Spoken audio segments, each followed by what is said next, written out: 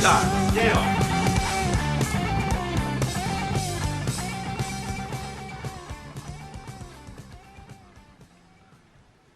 Wow. This is like pure fucking gold. This is magic right here. I like how the song just creeps up. And it's just very slow, it's very melodic, and then it just, the tempo just starts going, the song starts grooving. And then all of a sudden towards the end, it just explodes. Like, I really enjoyed this. This was like a straight up classic rock eargasm. Because not only do you hear elements of classic rock, but then I'm feeling elements of funk in there as well. I can tell this is probably like an early or mid 70s track, because I guess during that time, funk was maybe coming onto the scene. You guys can correct me if I'm wrong, because I don't know any of this. This is what I'm picking up from listening to the music. But during that time, funk maybe was coming onto the scene, and there was just a mixture of just a combination of rock and funk at the same time. I just love the grooviness in this bass, because the bass was just killing it. Like just the rhythm in this track was really good. I mean, I gotta give it up. I gotta give credit to the drum player, the bass player, and the guitarist, because everything worked so well. While you have the bass and the drum creating that rhythm, you have the guitarist just going in and equally matching that with the solos. And then I really like how there's just a combination of instruments. I listen to a lot of rock and Zeppelin and stuff, and that's one thing that I do like about Zeppelin, is how well they play the instruments and how well they put everything together. But this was on a different level, because not too many times do you hear a rock track with a saxophone. And I just thought that it gave it a little extra edge to it. So I definitely enjoyed this. As far as the feeling, because you definitely get a feeling from this song, it felt like drugs.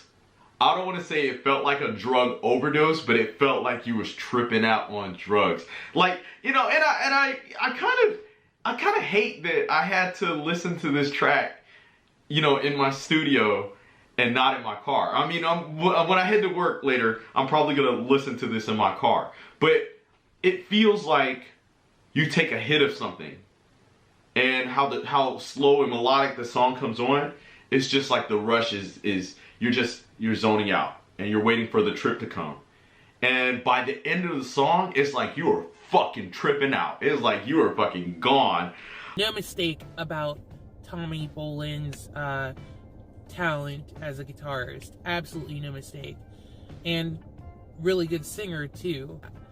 The song itself, listening to it, was banging, and I loved his guitar playing. I liked hearing all the different instruments. It seemed like each instrument, because I know I heard a saxophone in there, I heard a guitar, the drums were awesome, the bass was awesome, like, it was all great, and they all had their like little moments to, the only thing that was in my mind was the fact that he died so young. And when I hear stuff like that, I'm always like sad, because it's like, that man was that talented at such a young age. Who knows what he could have done if he was living today, if he was around from then up till now. Who knows what he could have accomplished. I mean, I guess that's what happens to all, brilliant, prolific artists. We don't have them long, but the memory is there. There's proof that they were here, and this was totally amazing. Dude, I feel like I wasn't able to give consent to that. No, that was no. That was a lot. Goodness oh my gracious. Goodness. So post Toasty, they lure you in. Yeah, exactly. Orange slice all day. You know what that was, fellas? You ready for the button? That right there, that's a banger. That's so real.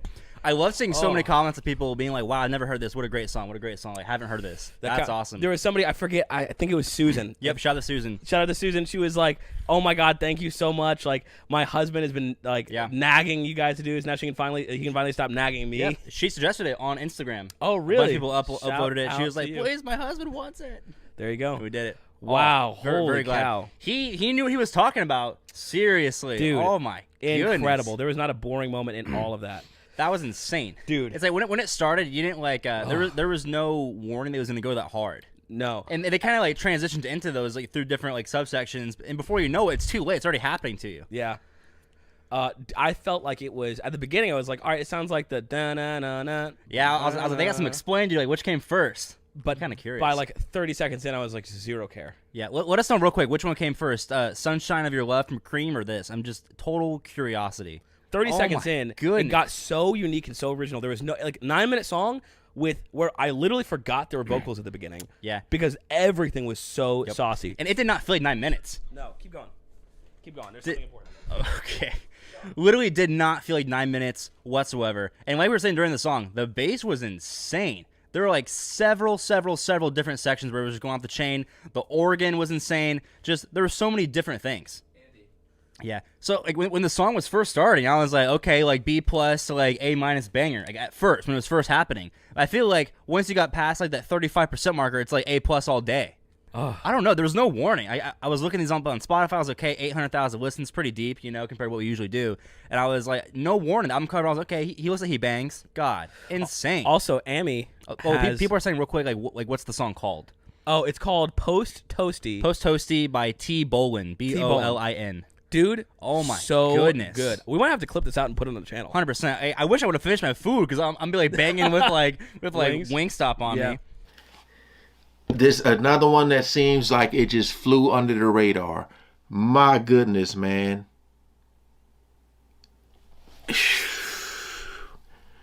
It was so much in there. I don't know if it would have, how it would have sounded in there, but it's like the only thing that was missing out of there was a cowbell. It's like I heard every instrument in the world in there. Oh my goodness, man. That was so much ear candy. 25 years. I don't know when this song came out, but I'm just saying him only 25 years old when he passed away. This one only got 558,000 views. So some people may seem like, what? That's a lot. Nah, like this should easily be at least at like 12 million views, but it was so much ear candy in this, man. It's like a one of them songs that just kept evolving. Like I'm just listening and I'm like waiting on what's next. And every time something else came, it was a pleasant surprise, very, very skilled guitarist. I mean, just from what I'm listening to, it was, all the instruments just meshed together really great. I was just like so surprised at how many levels it went to. You know what I mean? This video is only 9 minutes 4 seconds, but I don't even know if this video was longer, but like it was playing as it ended. Like it was like almost if it still could have been going. But very, very deep song. Another one of those where you can get lost in the groove of it because it's so good just from a music standpoint. But like I said, I do like to listen to the messages and what they're really singing about. But like I said, even with deep songs, you find yourself moving and grooving because it's just that good. Ain't no denying the groove. Rest in peace to this brother, and shout out to Deep Purple, man. Damn, that was great. Peace out.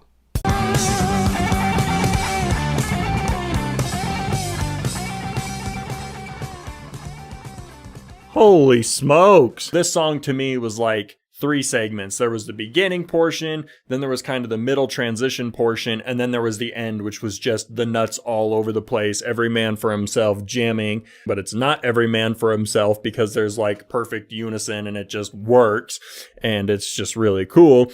The beginning totally was giving me a Cream / Eric Clapton vibe. The middle was very interesting. That was the part to me that was like the most surprising. It's kind of like, what in the world? Where did that come from? But the build up into that end jam section, what was going on with the left and the right and just random, there would be like one or two little notes here and there in one ear.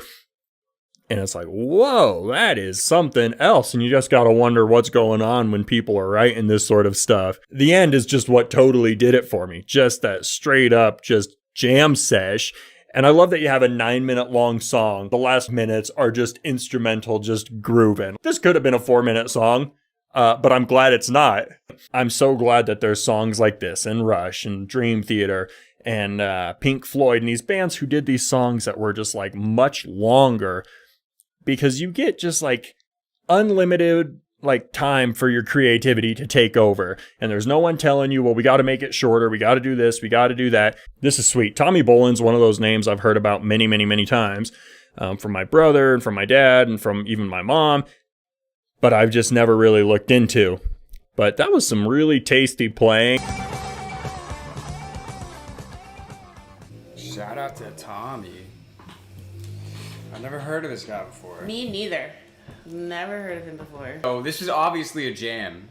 I mean, yeah, like it was a jam. Like I don't know, the bass was jamming. This was a good time. This song. It was like some nice '70s quintessential. I want to say that. Yeah. Hard rock. Like I mean, you can't go wrong with this kind of formula. Like it hits. If you're gonna jam, you better jam. Yeah. And jam they did. Yeah. Yeah. The guitar obviously was great. The bass had its moments of just like it's time to shine. Yeah. And it really like captured the moment. It really went for it. Yeah. With the bass, the drums were solid. I wouldn't say they were like the craziest drums I've ever heard, but it was solid. perfect for the song. I think so too. I like those '70s drums, kind of a la Tom Petty-ish, kind of a softer feel to it. Hey Tommy, you got the voice, Tommy. You got the axe. You got the hair. You're good to go. Yeah, he literally looks like a caricature of a '70s rock god. Like if you were like, hey, draw me what you think a great guitarist from the '70s looks like, he would probably look like this. Definitely. You know what I mean? And what are you gonna say? What has he got on his feet? Boots or sneakers right now? Oh, boots. Of course. Oh, it's gotta be boots. This guy doesn't even own sneakers. That's right. All right.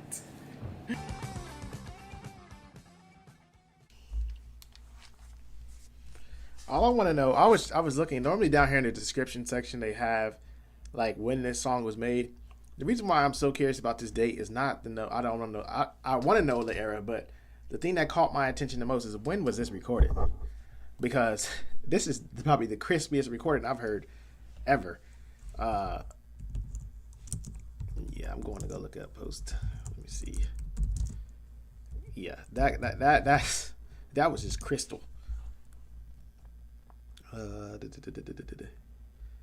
Release year. So he released this album in 1976.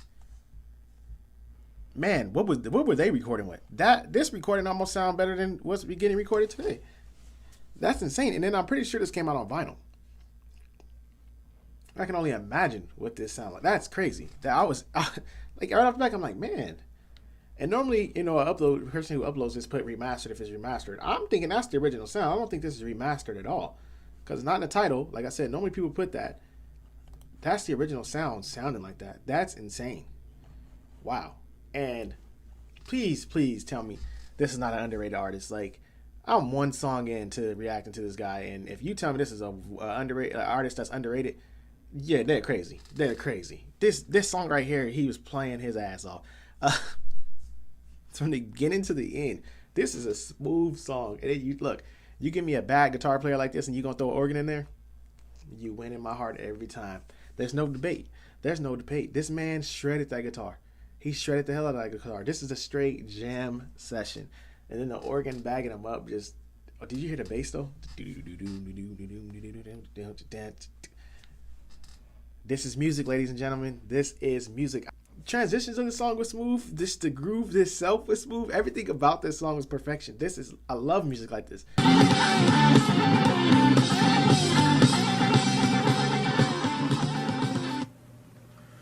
Yeah, it's perfection. This is what I live for right here. It's the best way I can put this. I live for music like this.